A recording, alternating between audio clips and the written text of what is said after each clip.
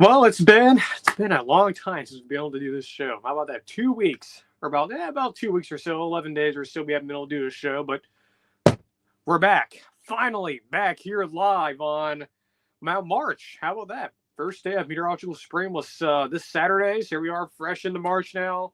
March 4th, year of our Lord, 2025. Wasn't trying to sound like Josh Pate, but whatever. We're a small show. He probably doesn't watch, so we can get away with using one of his little lines there. But yeah, welcome to the show. Welcome back. It's happy to be here if you can't tell. We have a loaded show since the last time that we have talked. A lot of things have happened. How about that? Some shakeup over at Star Wars, a leadership change possibly coming here soon. Well, not possibly, but it's eventually going to happen. I'll detail more of that here in just a minute. Some Marvel leaks happening. Big Marvel leaks happened this week. I'm sure you guys have seen them by now. If you haven't, where have you been? By the way, spring practice starting up for a couple of schools. Bama, some other, I think some G5 started yesterday. Of course, if you go on through the week, we'll get some more practice reports and stuff like that. So I will probably push all that stuff to the Thursday show since we took off last week. So a lot of the practice reports, spring football stuff, they'll probably start, if not Thursday, definitely next Tuesday. So yeah, some Marvel news, Star Wars news, predictions versus reality. Probably going to start wrapping that up here soon. Got a couple more teams and we have stuff to go over.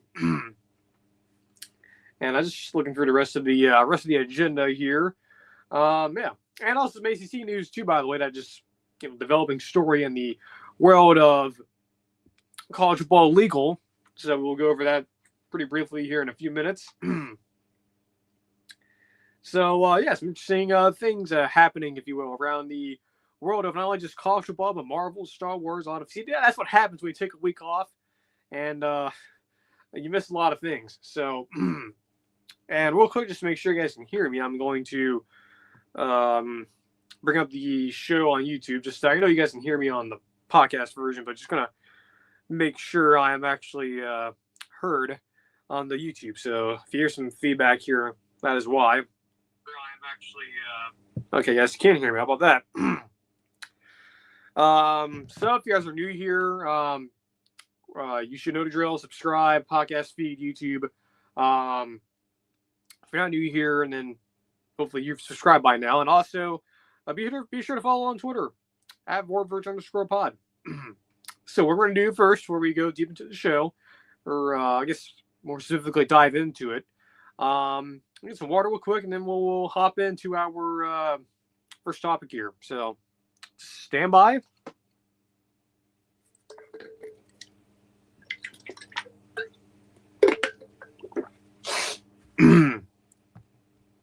Okay. Got to make sure I have these photos, if you will, from this weekend. Made out of context, that sounds really bad, but we're keeping it in here as we're live. At least on the YouTube side, we're live. So, so over the week on Saturday, to be more exact, some Marvel leaks happened. Now, of course, everyone knows that Daredevil Born Again is premiering tonight on Disney Plus. Two episodes, I believe. We'll talk about those on Thursday. We'll probably see that Thursday show. I'm not really talking about that here, but yes, I'm excited for it, and yes, I am thrilled that we're finally getting some actual good stuff from Marvel. At least temporarily, and then we'll see what happens with Thunderbolts and well, not really Thunderbolts, but just some other Disney Plus shows like Ironheart. But finally, we're getting some good Disney Plus content, both from Star Wars and Marvel, for the first time in a couple years, I believe. But yeah, we'll talk about Daredevil on Thursday. I'm sure everyone's excited about that, including me. But there's a pretty massive leak that happened this weekend from an artist who shall not be named, and not to throw the next stone at the accused here. But yeah, some art leak this weekend. So let me kind of explain what happened here, or at least what I think happened. So this artist, again, shall not be named, put this stuff, made it public or whatever. It's on some public website. It's like, what is it called, artistry.com or whatever. I don't know. I'm not a artist, so I don't go on that type of stuff. Now, I'm not saying art's bad or anything, but I don't traffic in that stuff typically. But someone happened to stumble upon this person's. First of all, we have no idea how this is discovered. I have no idea. It was probably one of the, Twitter scoopers kind of snooping around, finding any crumb of evidence for, of course, next two Avengers movies, which, by the way, are filming not this month, next month. So, I mean, technically, we did get some stuff leaked, but just not the set footage. You got concept art. But apparently, I don't know who it was, if it was on the Twitter scoopers or whoever, some person happened to stumble upon this artist's website somehow. They found it and they were like, "Huh, what's this? Fantastic Four? That's also buried in this too." I don't think I've saved those photos. Which, by the way, the website links to all this stuff. It's taken down. It's not around anymore. They smartly chose to deactivate their account, I guess, so their account doesn't exist anymore.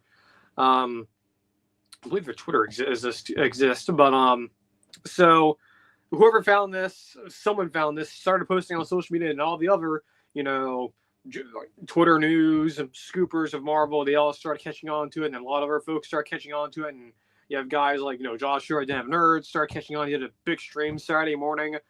Him and Rob from Comics Explain, I believe that's who it is, him and his buddy, doing a whole stream, which, by the way, is still up, by the way. Disney's legal department hasn't taken it down yet. So, interesting to say the least. Though I would not recommend posting this stuff broadly out there, because, again, I don't know what whether or not Disney really wants this stuff out there. But the fact that they took the page down, it's not the artist page on the website's not available there anymore. I would just say just be careful. That's how I would just say, just not to get entangled with the whole Disney legal department.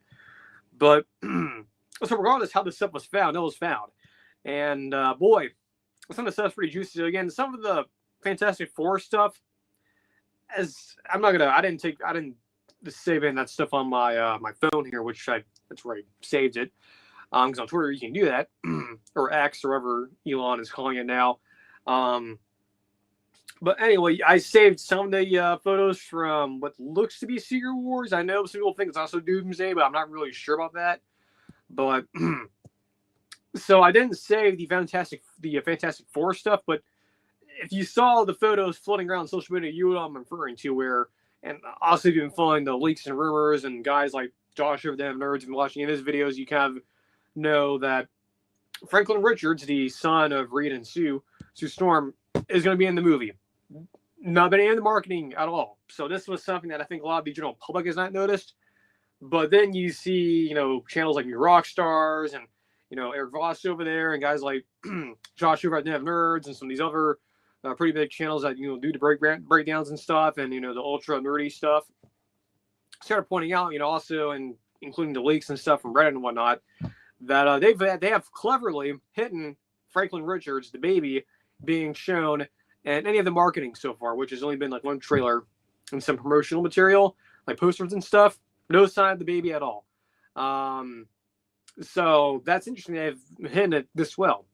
But then these leaks come out, and this leaked, concept art from this artist leaked out. And in addition to the Avengers stuff was Fantastic Four. And then there you go. There's Franklin Richards, and kind of confirms those rumors. And that was obviously true. So, guys like Alex Perez and people like him, who people seem to treat him like crap sometimes. Some people do, not everyone, but some. Yet again, another validation to his reporting that he has very good sources. And like I mentioned on Twitter, by the way, I'll mention this towards the end. Got a lot of stuff going on in my head here. But so the Fantastic Four stuff confirms that Franklin Richards is in the movie. It doesn't seem like the other child of Larry, I believe, is not in the movie, nor is she going to be in Avengers, the next two Avengers movies, which is interesting, knowing my limited knowledge of the 2015-16 Secret Wars, how important both kids are important to that from the Fantastic Four. Kind of disappointing. We'll be honest, a little disappointing, but whatever. So that's cool that I confirmed. I also got a first sort of look at the female Silver Surfer. Fine. Guess it looks fine. Hopefully it looks kind of looks like the old 2007 version, which is kind of weird. It's like it's a female version, but it looks more like a male. So weird concept besides. Hopefully it looks a lot better in the movie. But so the Fantastic Four stuff out of the way, a lot of that stuff sort of reaffirms or confirms all of the leaks and rumors of what will be happening in the movie. But this Avengers stuff is where it gets really interesting. So the first image, I didn't save all of them. I have like a few of the photos saved, some of the more major ones. There's a couple ones I believe are not in here. Just double checking. Yeah, it's not all of them. There's some other ones that were just like storyboard stuff, because a lot of it's actual art and storyboards. So the first one I have on my phone here is Black Panther, which, by the way, is an actual actor that is going to be playing, or they at least they use their likeness for this version of T'Challa, which supposedly is probably in Battle World. Don't know who that actor. I know who the actor is. I think it's his last name's Idris, I believe. Like, it's not Idris Elba, but another actor of that name as the last name. Looked him up the other day on Saturday when people were throwing that around. Like, oh, okay, seems legit enough. Now, grant you, it is concept art. Maybe the artist decided to use his likeness, his NIL, if you will, for the image. So may or may not be a legit thing, but hey, kind of reaffirms what guys like, Alex Perez and Jeff Snyder have been saying, that, hey, Disney and Marvel are willing to recast T'Challa. Like I think a lot of us thought they should have after Chadwick passed away, but this yet again confirms guys like Alex Perez and Jeff Snyder, they're not stupid. They know what they're talking about. So that one, pretty cool that we got that. I mean, by the way, some of the suit designs, I didn't save any of them, but my gosh, those look great. Some of them just look absolutely amazing. Like some of the suit designs for the new Black Panther just actually amazing when I saw those Saturday. But so there's that one. There's this one, which I am smiling at, by the way. You guys can't see me, but this one, knowing what I've heard about Secret Wars and how insane the 2015 version is, just by some of the videos from like guys like Josh over them nerds and some of the explainers I've watched, man, this is kind of cool to actually see come to fruition here. It's a photo of Doctor Doom in the throne room, and I'm assuming a version of Latveria on Battle World. I'm not exactly. Again, this is out of context art, so we don't know what this really means, and of course we don't know if this actually be in the movie, right? They could really easily just change this stuff, like change the background of your phone. So this is not set in stone, but at least what this art gives us is a very generalized direction where they probably could be going. So someone like me, who's been listening to the explainers, has been following the MCU for the good majority of my my life, I'm very excited to finally actually see the actual stuff from that 2015 Secret Wars run actually come to screen and actually be a part of the MCU. So this with Doctor Doom being there, by the way, in the white armor. So this is clearly, I think what I've learned is that he doesn't really become God Emperor Doom until probably in the actual Secret Wars movie or late in Doomsday. So this is clearly, that's kind of an indication this is not from the entirety of Doomsday, probably either the very end or as part of Secret Wars. I think we're leaning towards Secret Wars and Doomsday probably, but it probably will be teased and certainly it'll be revealed in that. Then this photo we have Doctor Strange as sort of his assistant. I think people have referred to him as like his sheriff, if you will, which is like a medieval term out of like county sheriff, but which is from the comics too, because Doctor Strange and assists Doctor Doom and making a Battle World in the comics. So straight from the comics, Doctor Strange kind of not really becoming a villain, but just sort of helping Victor out, creating Battle World. So he's there. Definitely at his time because it's using Benedict Cumberbatch's likeness. But to the left of, it used to be Doctor Doom's left, our right, is a, I don't know who, there's a child and there's a queen, if you will.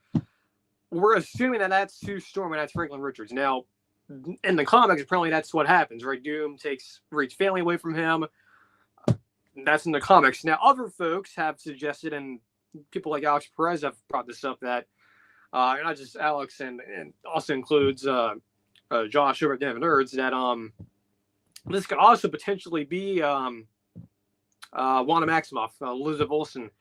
That's also something that's been sort of festering, that she could be replacing Sue Storm as Doctor Doom's lover, and when they get to Battle World, that one I actually believe more of, because knowing how Feige and these guys have done these movies, like how Age of Ultron, totally different, sort of the base blueprint, but totally different. In the comics, it's Hank Pym who creates Ultron, and the MCU, it's Tony and Bruce Banner. Of course, Civil War and the MCU, the version we got almost 10 years ago now.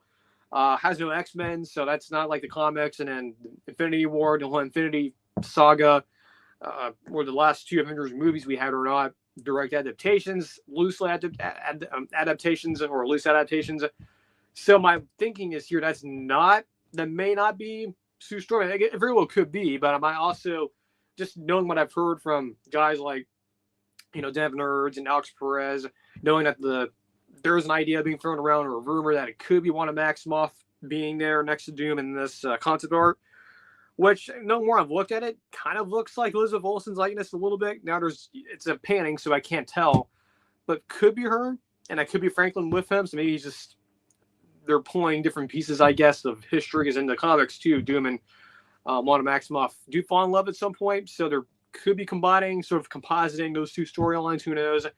But that's been a theory that's been around for a while. So my personal feeling, that's probably Wanda Maximoff next to him in this photo, the one that's been floating around.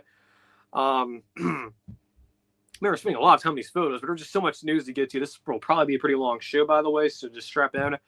And then, of course, there's a guy kneeling here. I'm assuming that's probably Pedro Pascal's or Reed Richards, so that one's kind of obvious, and there's some other background characters. And then the one towards the right, the photo here, I don't think a lot of folks realize this, but it looks like Florence Pugh as Yelena Belova, which is obviously concept art, because that's not Florence's hairstyle. Now it looks a lot different, obviously, from Thunderbolts. From the footage there, obviously it looks a lot different, and of course they're about to start filming this stuff, so obviously it's not going to be finalized if it is what we're going to be dealing with, unless they go the wig route. But yeah, that's definitely her, and that's definitely an idea to be floating around. Just exited out of that. Well, we're actually done with that photo.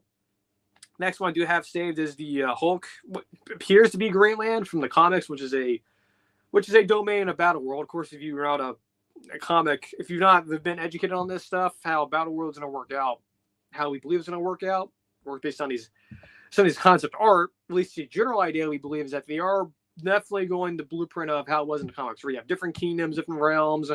You have Greenland, which is all of the Hulk-ish type characters, and you have Latveria. Then you have like an alternate New York and places like that. So it's very sort of like Game of Thrones, right? Very, medieval style kingdoms and stuff. And you have, Doom kind of rules all of it. And you have these old little pocket areas. So this little photo here, this concept art shows Bruce Banner, Jennifer Walter, She-Hulk, and then his son Scar from the She-Hulk show, which, by the way, thank God has a better hairstyle than whatever the hell that crap was in the show. But behind them, if you look through the image, there's actually other Hulkish green type characters that some of them kind of look like Shrek. So hopefully they get that fixed. It kind of looks weird, but great shit isn't. It's an art. It's a piece of art. But that's cool though. I mean, kind of also may have been leading to some confusion of the Planet Hulk stuff, the World War Hulk rumors have been going around that. That's been an idea going around. It kind of makes you wonder, since this is probably part of Doomsday, or excuse me, not Doomsday, probably Secret Wars, that may have been a situation of like the game of telephone, where you hear something from someone, it gets kind of lost in translation. Maybe that's what this is. Maybe it's not necessarily World War Hulk movie that people have been reporting on. Maybe it is just a mistranslation. Oh, it's actually for Secret Wars, but could be wrong though, because again, guys like I believe Jeff Snyder's reported on him too. And again, like I've mentioned, Jeff is really sort of ran into this stuff. He has really good sources. He used to work for a lot of the trades, so this could be indeed World War Hulk. But then again, the whole wrong situation, the whole Universal rights thing, I don't know if that's been really ironed out yet. I think it has, but but anyway, again, this could have led to some confusion of it being a World War Hulk movie, but that's cool to at least doing a version of that, with potentially bringing in a Hulk-themed domain, Greenland from the comics. This next shot here, man, that's probably what you've been seeing floated all over the place, is Dr. Doom on his throne. This one, this is probably, at least in my opinion, the only image, at least the only piece of concept art that I firmly believe is probably from Doomsday. I think this image of Doom on the throne is from Doomsday. He's wearing, it's more of a green tint, very comic book accurate. So that's probably what this is. It's probably this is the only one that I firmly believe is from Doomsday. This one and the one with Quill and Wong with the Young Avengers, that one's probably from Doomsday as well. But that one and the other image I just mentioned, probably only two ones I probably what's leaning more towards Doomsday than Secret Wars.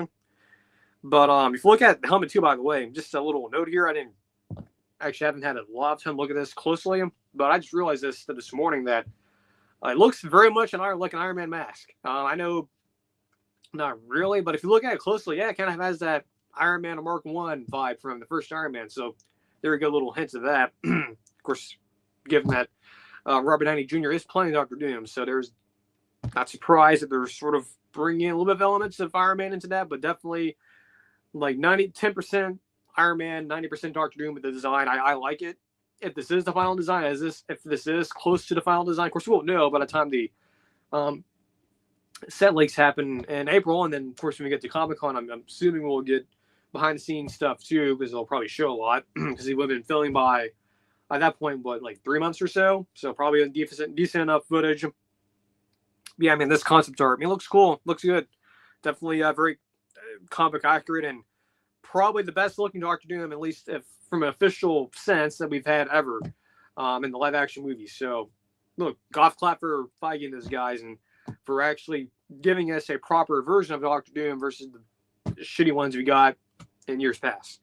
I believe this next image is so this is the other one I believe is also from Doomsday. Probably it's the one with the one with Quill and Wong. You're at this sort of sci-fi looking room. I think it's like a bar or restaurant or something, maybe on Nowhere too. Probably where it is. Which you have some of your Young Avenger characters in there. Again, probably from Doomsday, given it's not medieval looking, their costumes and stuff. So definitely hinting at probably in Doomsday, I would assume. So this one, the one we just looked at, or one I just talked about, are probably the only ones I feel confident are coming from Doomsday. Then of course you have Dupe, I believe, from the X-Men in there. I don't know if that's just a little Easter egg in the art that the artist put in there. I don't know if that's hinting at something, but that's kind of cool. Didn't know who that was until some people on Twitter mentioned it. Oh yeah, it's an X-Men character. It's like, oh yeah, duh, he has the X on his chest. So that's kind of cool. Their little Easter egg. And then there's this other. The last images here are actually storyboards, believe it or not. There's this one with someone chained up. I don't know who that is. Could be Sentry. Could be Molecule Man, who plays a role in the comic book stuff. I know, confusing. I'm not going to explain it here. They're probably not going to do that because I would have imagined he would have introduced the Molecule Man earlier, at least in this past phase or so. Because it is kind of a big deal in the comics. If you don't know, go look at videos about it. I'm not going to bore you guys with that because we still have a whole how long been going here? Like 20 minutes. So we need to, we've been spending way too much time on this stuff. But a guy chained up. Don't know who this is. Could be Sentry. Could be Winter Soldier, Bucky Barnes. Could be anyone. Could be Reed Richards for all you know. He's turned into a hobo, I guess, when he's in prison. Which is, by the way, that's the case. And man, that's cruel, but that's Reed and Victor's rivalry there, and that'll be very Doom-like, at least from what I've heard and some of the things I've seen. And then this last one again seems to be storyboard stuff. It has Doom on his throne. Again, another look at Doctor Strange. Kind of, I think the bottom one's actually more of a storyboard previs version of the art we sold earlier, but I believe is this the last image we have? Yeah. So that's it. At least the ones I've saved. Again, the other stuff not really important. For example, the one with who was it? Star-Lord and White Vision together. I guess that could be from Doomsday probably, but it could also be from the Vision Quest show. So again, not really clear on what was what in that folder and what was part of the unpublished stuff. But I think the bottom line is definitely some photos. The majority of it from Secret Wars. Probably a small percentage probably from Doomsday. By the way, you still haven't seen any of the other major characters. Excuse me, who could be major players in Doomsday, right? Yeah, Sam Wilson's Captain America, Captain Marvel.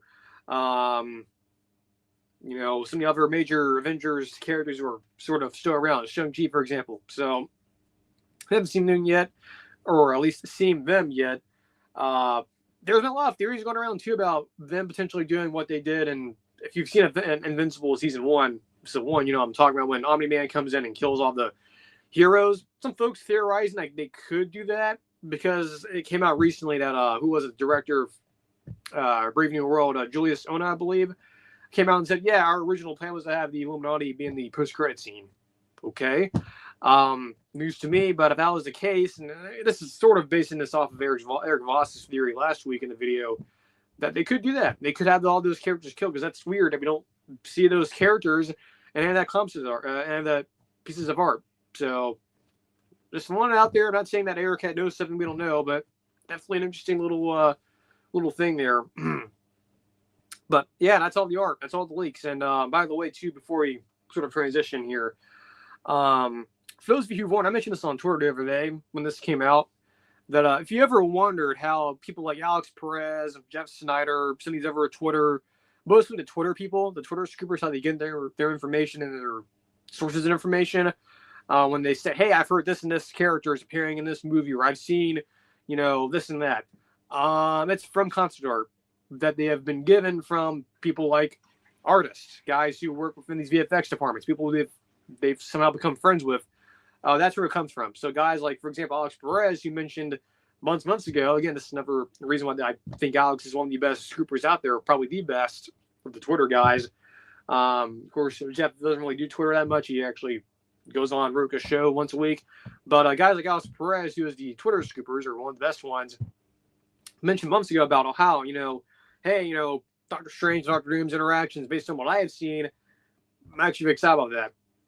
He admitted it on Twitter. Yeah, that's what I was referring to. So that leads you to believe he has seen similar stuff to like, and not exactly that concept art, I don't think. But I'm pretty sure he has seen concept art for Doomsday and Secret Wars. So if you want to know, again, where these guys get their information from, that. Because a lot of that stuff, go back to, for example, Multiverse of Madness, where, for example, some of the guys were bringing up, like, Ironmonger being in the movie. Then, lo and behold, a year later, there's this concept art of a Iron Man variant and Daniel Craig's Bullet of the Brave. So, again, if that right there is how they get their information. So, if you want to know how the sausage is made, what happened this weekend, the leaks, kind of how it's made a little bit. So, that's how they get their information. Most of the time. Every time, it's like, sort of, again, the game of telephone. I hear from someone whose friend works at, the Marvel's PR department. They saw some stuff briefly, stuff like that. But mostly, at least in my opinion, at least from what I've heard, mostly concept art, and mostly being, children or relatives to employees of these VFX houses and like Marvel's PR department too. So that's, if you've always wanted to know how it's made, the sausage is made, that's how.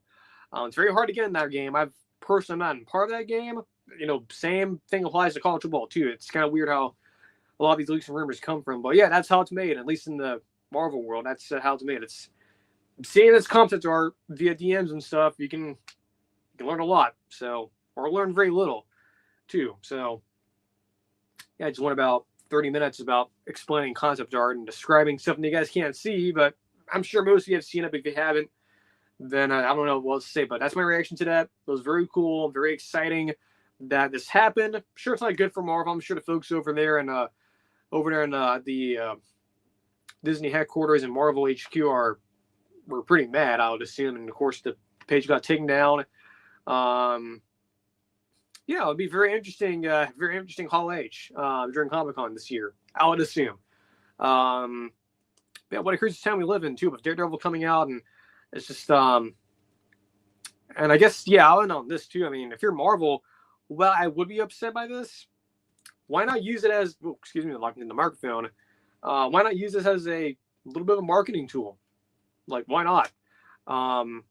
You're getting free marketing right now. I mean, people are talking about, you guys dominated the headlines on Twitter and throughout the internet and social media and YouTube and stuff, and you guys won the headlines. So I would say, while they're mad about it, I would assume they are, fighting company. I would also think too that they could use this as a sort of a unintentional marketing tool to gain interest. So who knows? Maybe this could definitely benefit them. Of course, some folks have also theorized, they purposely did this after the total negativity and the whole, pity party that people have been putting on them for a Brave New World, which I can understand why you believe that, because this has happened in the past or things like this have happened similarly. For example, after, the week Captain America Brave New World came out, that Friday they released Daredevil footage because they probably knew, yeah, we're going to get some negative reactions here. It's not good. Let's get the fans something positive to look forward to. That I do believe is real. This happening being another distraction to Captain America, I don't think so. I think this was an accident. I think journalistically they're not happy about this coming out, happy about this leaking out. But then again, like I just mentioned, you could use this, spin it as, hey, we got some free marketing here. They're talking about it. Why not? Let's just say when they start shooting, i.e., Deadpool and Wolverine, release an official photo. Why not? Who stopped you from doing that?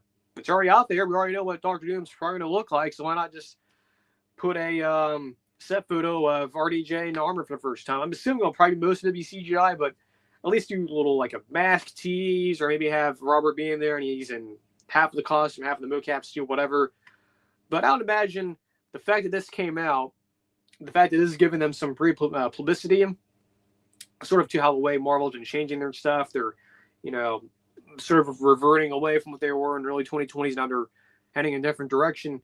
Why not go to route? People like Ryan Reynolds and those guys did for Deadpool and Wolverine. Just casually release a photo in April. Don't do it on April 1st because everyone won't believe you, but maybe April 2nd. But how about that? Big Marvel League there. I'm even going for 30 minutes, and I need to get some water, and then we have even more news to cover too. But we'll brush through those. This shows me like an hour, maybe 2 hours long. So get some water real quick, and then we'll speed through the rest of the show here. So.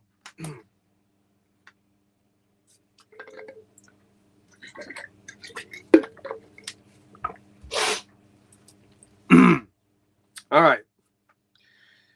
Let me see what our notes say here. What we're going to talk next. All right, ACC news. All right, pretty simple. So, of course, everyone knows about, and we're reverting to college football here, that there's on this ongoing thing about, this has been bubbling for the past couple of years about, how Florida State, Clemson, and the magnificent. Let me start over here. The Magnificent Seven, as coined by or as put out by Brittany Murphy years ago, which I don't know why everyone hates that term, but whatever. Good movie, by the way, from what is that, Quentin Tarantino, I believe. But the Magnificent Seven schools, Clemson, Florida State, Miami, NC State, North Carolina, Virginia Tech, so on and so forth. Those schools, for the longest time, have not liked. They've been mistreated. They feel like they should be, paid the same way Bama's been paid, and Georgia's been paid, and Ohio State, Georgia, Oregon. Like I said, Georgia, Michigan. They felt like, they've been mistreated. They're not getting the same amount of pay. They just want, more incentives, or else we're going to leave. And it's been a whole legal issue. Then the Florida State snub happened, and that was even more, fuel to the fire especially for FSU to leave, because they feel like they got mistreated by their own fellow athletic director, and Boo Corrigan, who had googly eyes on the ESPN broadcast. I still can't believe that. That was complete crap. I'm sorry from him. And of course, you have, ACC Media Days every single year. It's like, hey, is the ACC going to survive? Is it going away? The Pac-12? What's going on here? So all this negativity around them, they finally did it. They settled it. The litigation's over. It's coming from, guys like Brandon Marcello tweeted this out earlier. New deal in place. So, of course, it's been bubbling for a little bit. Past couple weeks that a deal could be coming. It's official now. But that's not the more important thing. We knew that was happening. But I think what folks aren't understanding here, and there's another topic too I'll get into in just a minute, something that people like Bud Elliott's been bringing up, is this. This is coming from Andrea Adelson from ESPN. I believe that's how you pronounce her last name. Apologies for mispronouncing the name here, Andrea, if you're listening. But so she bring this up. This is very interesting, very important. I believe this is something that a lot of folks like Josh Payton folks have been quote-tweeting, including myself, that this is from her. So, quote, more details emerging from the settlement between the ACC, FSU, Clemson, and I'm assuming the other schools as well. Not officially, but via the sources, exit fee is expected to drop by $18 million each year. So next year after, through 2029 to 2029, 2030. So by the end of the decade, that's when the deal expires. So after all of that, not a direct quote, but after that, the exit fee drops to $75 million, and any exiting team will retain their media rights. So, in translation, if you want to, go full AI, explain this to me like I'm 5 years old. By the end of the decade, by 2030, so start the new decade, after that final season of this decade, so 2029, 2030, any teams who want to leave or want to explore other ventures and leaving, think the Magnificent Seven schools, they can do so. They can retain their media rights. There's no the exit fee goes down, which I think makes sense. I think it's a win for Florida State, win for Clemson. That yes, well, we're keeping the conference together, we're making everyone happy, and everyone's fine. Like the Wake Forest of the world, and the Cal and Stanford and SMU's are all happy and stuff. That's not a guarantee. This is not, as Josh Pate says, college football is not a fairy tale world. This will end, I think, by the end of the decade, and by the start of the next decade, we will have another big round of conference realignment. Continue prepare now. I know a lot of folks are like, oh, no, you're serious, right? We're going to do this again in another 5 years. Yeah, we are, and it's real. I don't have much joy in saying that, but again, based on what this reporting is from people like Andrew Adelson and some of the others who have been retweeting this or quote tweeting this, that this is real. And this means, again, by the start of the next decade, we are going to have more conference realignment, i.e. those Magnificent Seven schools are getting the heck out. They're not staying in the ACC. This is not a solution that's going to be permanent. It's a temporary solution. It's temporary Band-Aid, if you will. So by around after the 2029, 2030 season, Florida State, NC State, Miami, Clemson, some of the bigger basketball, football schools, they're probably out, and they're not coming back. I think this is the runway for that. I think the ACC and the two front schools here, Florida State, Clemson, they'd agree on this. It's fair. I believe it's fair for them, given how much you're paying schools like Bama, Georgia, Michigan, Ohio State, Oregon, Washington, some of the big boys, and those Super 2 conferences, and you have the ACC where it's like, if you're Clemson, Florida State, you're like, man, we have just as much historical value as those schools, but then here we are, we're getting paid the same money as like Wake Forest and Boston, Boston College, that's fair. That's fair, right? No, it's not fair. And to those schools, they're pissed off, and not to mention the whole Florida State snub, and that really again ignited Florida State to really get out there. Because again, you have one of her fellow athletic directors at a rival school, NC State, looking again googly-eyed on the ESPN broadcast, and Reese Davis is interviewing him after they're left out, not even trying to defend the conference. It's like, whatever, bro. Yeah, good job, Bucor. You had one job to, whatever. Knowing the context, what was going on by then, it's like, come on, really? I'm not even a Florida State fan. That if I was a Florida State fan, that really would have pissed me off seeing that, and it did. So this temporary Band-Aid, again, the fact that it drops every single year, it's like, that's translation. The conference by the time of the start of this next decade, it's not gonna be around anymore. It doesn't feel good if you're a Wake Forest fan knowing that you're gonna be homeless. That's ironic. I think that some of the Tom Fornelli brought up yesterday. It's like, it's ironic how you have Wake Forest brings in Washington State's old head coach, but then again, you're going to become Washington State in like 10 years, not 10 years, in 5 years actually. So it's kind of ironic how they hired Washington State's head coach, who was basically on an island, at least for last year, thinking he was going to a more stable conference, and then it's like, in 5 years I'm going to be just in the same position as I was at my previous employer. How about that? That's really strange. That's unfortunately the sport's going. I don't like it.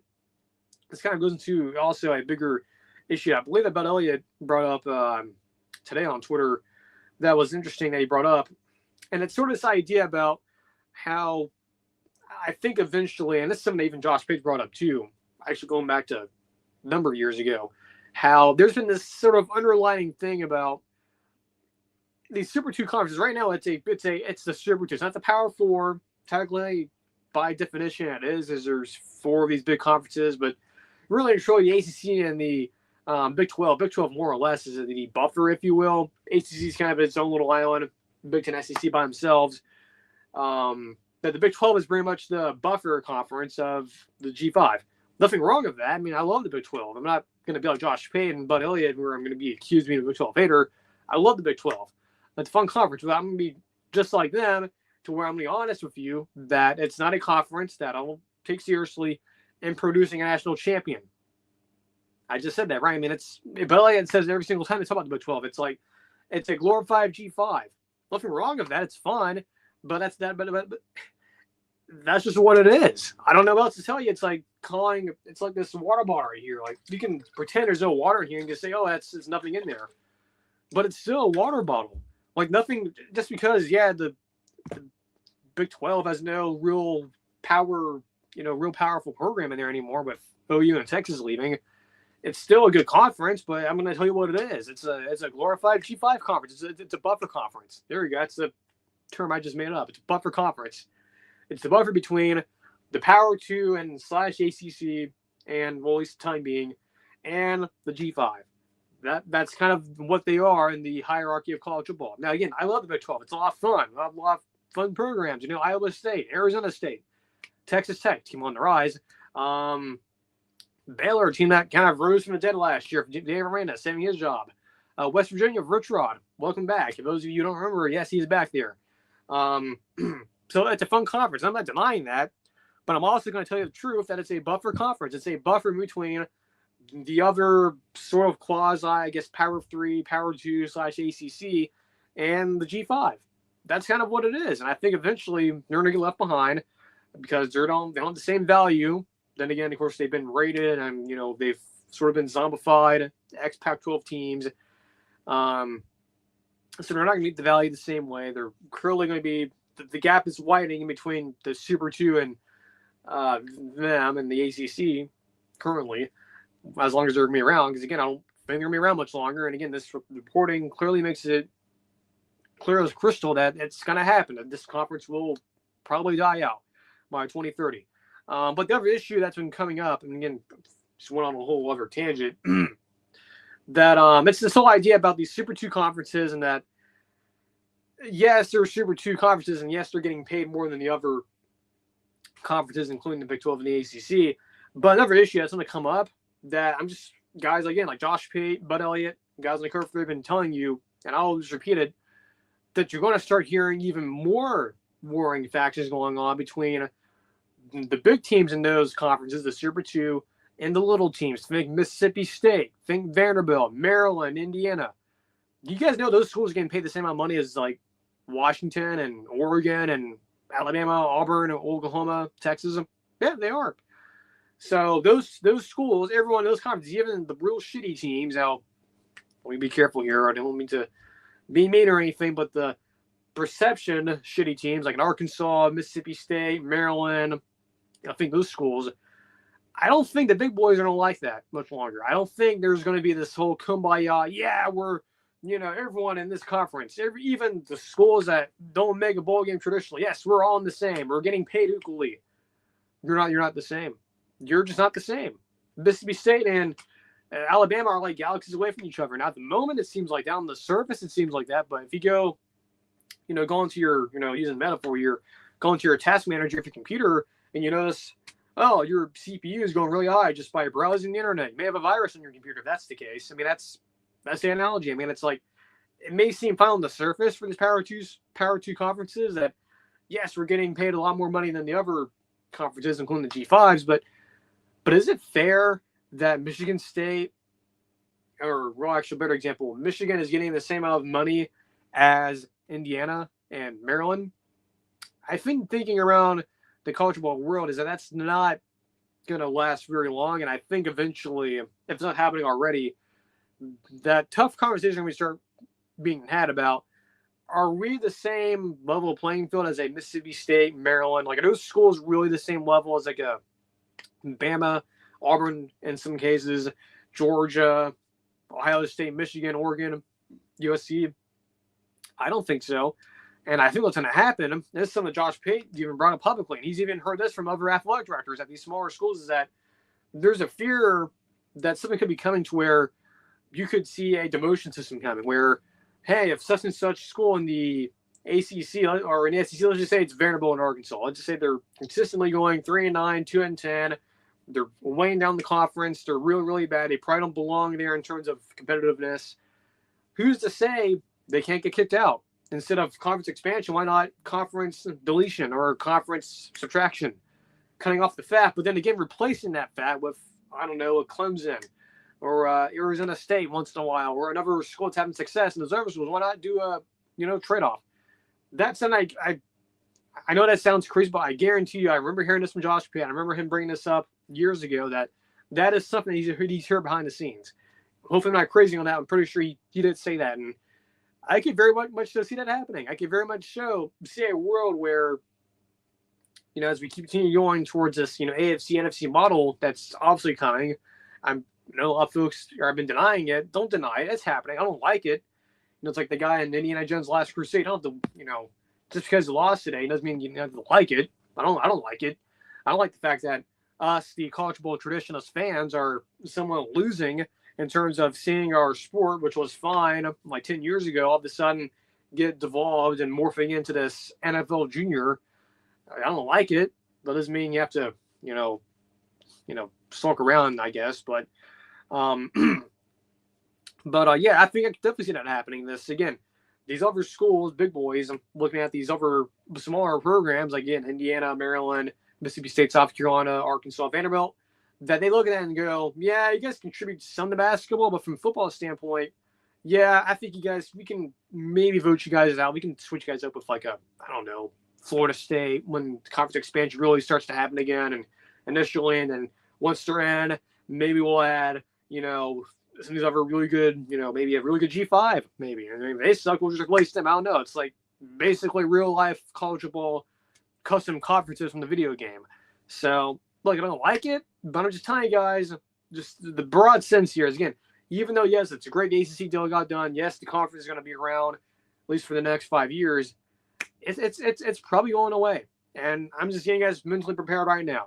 Didn't have enough time for the Pac-12 because that crept onto us pretty quickly.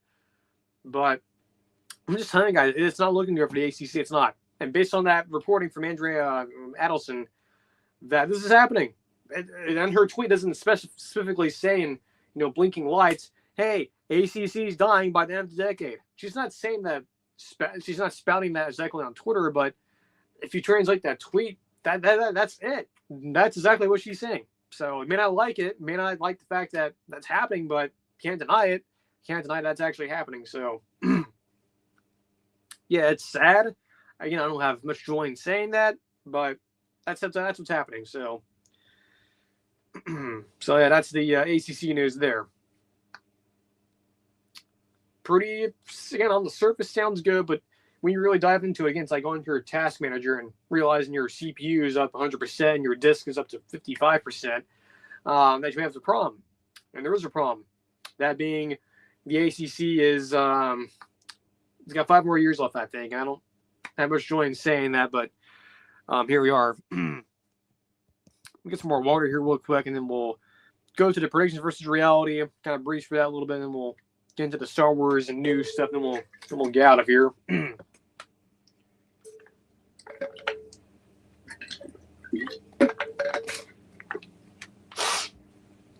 Okay, so predictions versus reality. If you don't know what this is, of course, we took a break last week.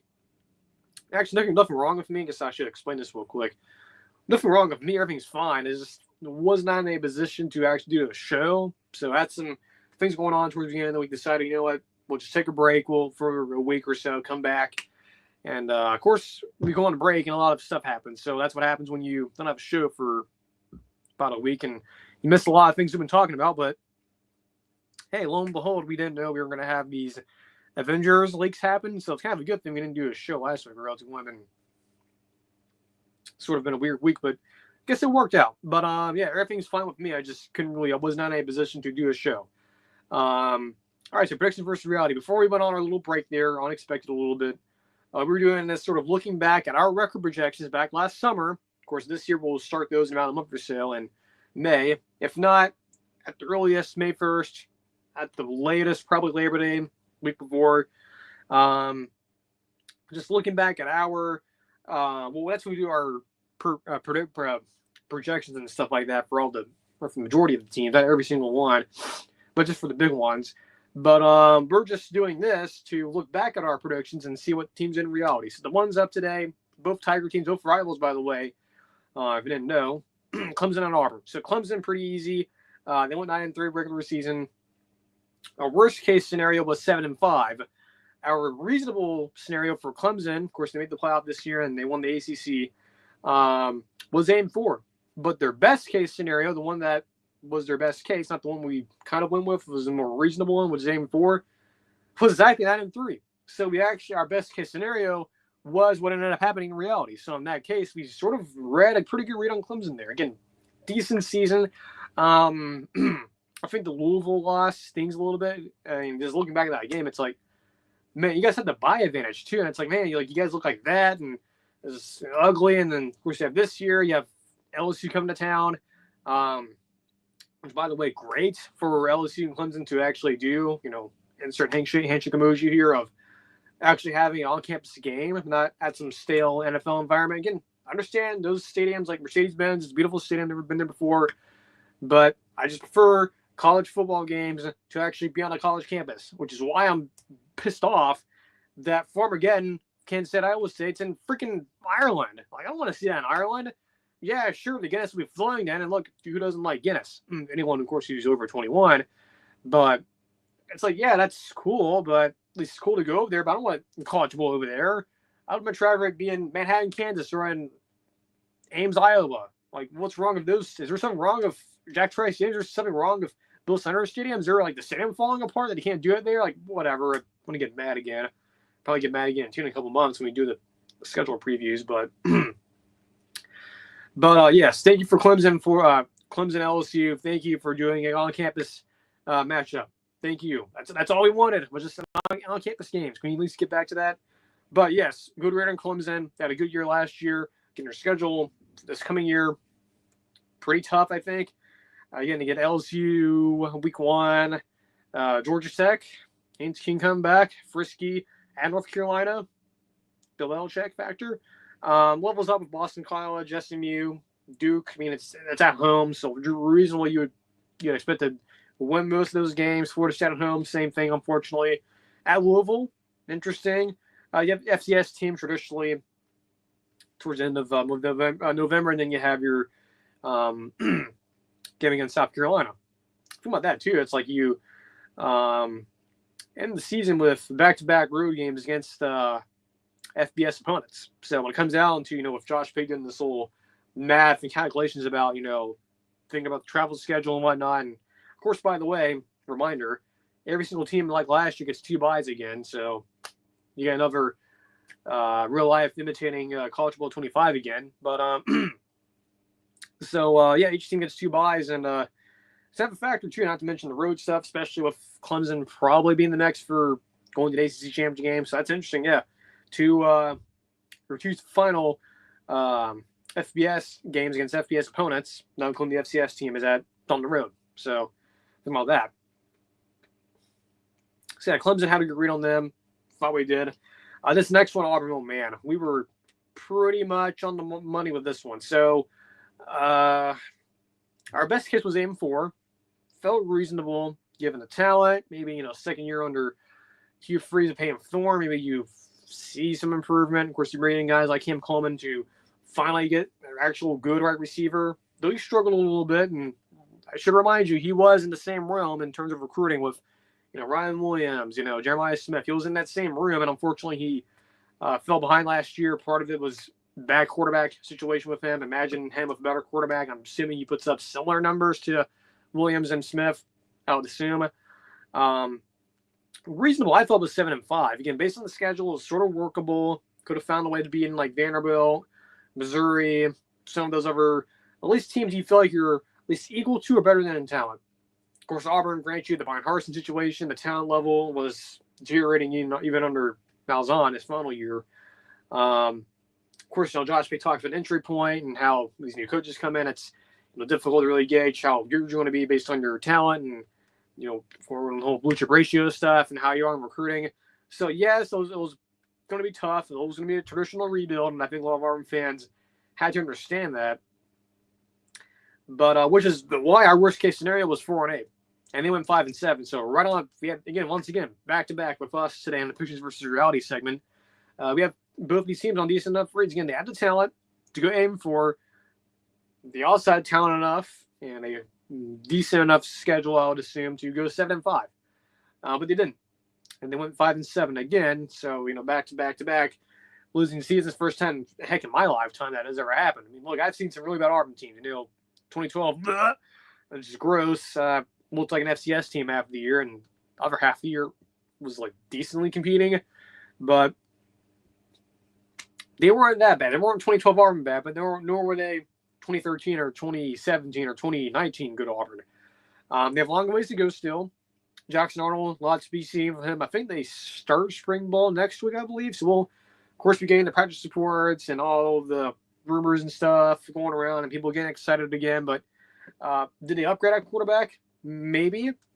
Is it reasonable to believe, given their schedule again, their conference schedule, same as last year, just flip the venue? So, for example, Texas A&M comes in third place, Jordan Hare, to go to Kyle Field. It's going to be tough. Mike Elko, second year, got some really good talent, too, in the portal, really good receivers. Of course, have to go to Baylor week 1. Like I've been saying, I would not be surprised if Baylor becomes a favorite there. I think Auburn's, a -1.5 according to FanDuel, last time I saw the number. I would imagine by the time you get closer to the game, I would assume Baylor's probably going to be the favorite there. I'll be a little bit stunned if they're not. Of course, home field advantage, good quarterback, good coach, and Dave Aranda, good defensive mind. So yeah, last year for Auburn, had it spot on. I think the 4-8 probably more justified after what you guys saw last year. But again, look, this year Auburn team, who knows what will happen for them? Who knows? I mean, our best case scenario could be 10-2. It could be 9-3. Could be 8-4, like it was last year. And once again, the worst case scenario could be 4-8, even worse. So for Auburn, again, much like they've been for the past 10 years or so, kind of a high variance team, a lot of weird stuff going on with them. But again, talent you would expect, reasonably a year older, year wiser with them. Quarterback, we'll see. They brought in Daniels, too, the kid from Stanford, who's more of a runner. So you have two okay options. Well, at least one okay option, one option that's to be determined with Jackson Arnold. Look, I know Josh Fields high on him years ago, understandable because of his talent, his pro comp being sort of like a Bo Nix type, but who knows? A lot of mystery for Auburn, a lot of hope as well. Of course, kudos to the basketball team for holding over the fans, at least until the football season, clearly. Predictions versus reality. I think next time we do this we're back on Thursday, I believe it's, A&M and Miami. How about that? Two teams I also believe have a decent enough read on, too. So we're going to end the show here because we've been going for an hour on this Star Wars Shakeup going on. So, of course, the big news, if you missed it, reports started coming out from people like, Puck News and stuff like that, Kathleen Tanny's current person in charge over at Star Wars, I believe the CEO, or not the CEO, president, reports are saying she's stepping down. Of course, it's been the game every single year. It's like, talking about, speaking of Auburn, when Malzahn was a coach there, it's like, will he or won't he be fired? The same with Kathleen Kennedy over at Lucasfilm. It's like, will he or won't she, or will she or won't she, step down? Seems like that's going to happen, but then, of course, those reports come out, and, of course, obviously, Disney and Lucasfilm want to, get some damage control on this, get the PR piece set up with Variety. She does a kind of a quick interview, too, and pretty defiant interview, too. If you haven't read it and looked at it, it's pretty defiant quotes, too, from Kathleen Kennedy about saying those reports of her stepping down the end of the year are kind of false. She's making it sound like it's a transitional phase and she'll still be around. And of course, Jeff Snyder goes on the Rokus podcast and he talks about how this was something that's been in the works for a little bit. She's been wanting to get into different ventures. It hasn't worked out yet. Now there is. I think some of it was like the crypto stuff or whatever, or AI, I believe, actually, not crypto. But either way, there is change coming there eventually. It's, of course, a succession thing that was sort of spelled out by her. I think the real question is from everyone, of course, whenever this coaching change in college football, maybe any walks of life, is there a definitive upgrade for Lucasfilm, for a president? There's some options out there. Kevin Feige, names been mentioned for years and years. Of course, everyone knows him being the head guy at Marvel. A lot of folks believe, Star Wars, he's a fly the Marvel guy. Well, if you actually know him and listen to interviews with him, his first love was Star Wars and Star Trek. He literally has in his office a little R2-D2 figure. Not a Lego figure. I think it's like an action figure thing, one of those Hasbro things. But yeah, his first love was Star Wars. So he's always been a Star Wars fan at heart. And only when he started working with, the folks who were doing the first X-Men movies in early 2000s was when he really started getting into the comic book stuff. And he started falling in love with it, and then he rose up the ranks. So him going over to Star Wars, at least on the surface level, knowing his history and how he's always been a big Star Wars fan, that was his quote unquote first love, makes sense, pretty reasonable. That's been a justification for him being a candidate for taking over. But Grange still has something to deal with at Marvel. They've been struggling in this decade. They seem to be sort of riding the ship a little bit. But the other option for Lucasfilm is Dave Filoni or Jon Favreau. That combination, at least that's what the fans want. Makes sense. Filoni's been there for a while. He was a student of George when he was doing Clone Wars, and George was still involved and actually helped a lot. Actually, but we haven't looked at this behind-the-scenes stuff of Clone Wars, some of the featurettes and stuff. I would highly recommend doing that because there's a lot of weird stuff. Not weird in terms of like it's odd or whatever, but it's really weird, interesting stuff to look at. I think it's a weird rabbit hole to get down to too. I mean, sometimes I found myself late at night watching those. I'm like, oh man, it's like almost 1:30. I need to go to bed. Because they're so interesting to look at, like how to do like the previous stuff and having George in there and doing stuff, but whatever. So, Dave being a sort of George Lucas guy, he's been around the longest out of all the people who've been there. He was there to see the transition from Lucasfilm being independent of Paramount, I believe, at the time, and the 20th century, and then they go over to under the Disney umbrella, and they bring in Kathy because of her relationship of George and Steven Spielberg, and they did the Indiana Jones movies with her husband, Frank Marshall, I believe.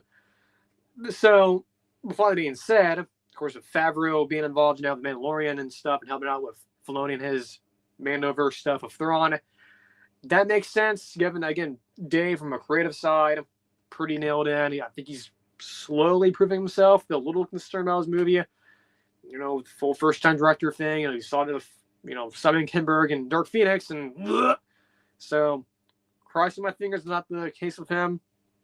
But I think if you have Dave and John being more, yes, a filmmaker, and yes, he's probably more in line with the, running a company and stuff, that makes sense. At least that would get me excited. But the other option, that's been actually thrown out even more, it's even more likely, is you saw Dave Filoni, but then you have someone subbing in being Carrie Beck. Now, if you don't know who she is, she's been around. She does some stuff with Dave, producer stuff, especially of Rebels and stuff. So she's been around.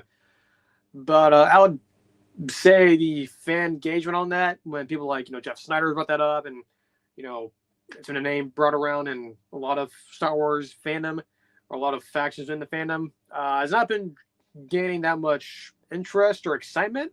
So I don't know how much of that's worth.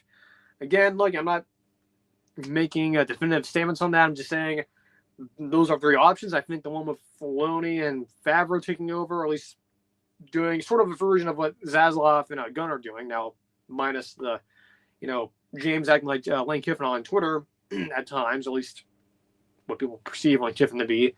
But, Dave not really active on social media, very private, which, I don't blame him. Same with John. I don't think John really does much anymore. He used to. So those guys pretty private, their stuff. They, get to work and actually do stuff over there, and they're not on Twitter half the time and battling with reporters and stuff. So that would be pretty reasonable. I think from a fan dream, from a pipe dream standpoint, that would be reasonable. Feige, yes, as a Star Wars fan, yes, showing he's done it before building a legit cinematic universe and doing it before of Marvel. Of course, Star Wars being his first love, that makes sense. Filoni, Carrie Beck, yes, I get it. It's you're bringing in someone who's pretty experienced in producing stuff, sort of someone that I think Kennedy can trust. Though again, with the whole other baggage that comes of that, and some of the fears folks have if that does happen. Now, I'm not getting into the whole political stuff because I don't really give a crap about that. At least on this show, if you want the political side, go to CBS, CNN, or PBS or whatever for that. I'm not talking about here, but there's certainly some baggage there. But in terms of what some of the fans would worry about, if that is the case, but yeah, there's shakeup coming. At least at some point, there will be a new leadership there, whoever that is. I don't know. There's no indication for either way. Do I think either option makes sense? Yeah, most of those three options I just mentioned make sense, but then again, does it get fans excited? Does, Carrie Beck coming in with Dave Filoni, does that get you excited? Yeah, Dave's going to be there, but then we had this person who I don't think half of the general public even knows who that is.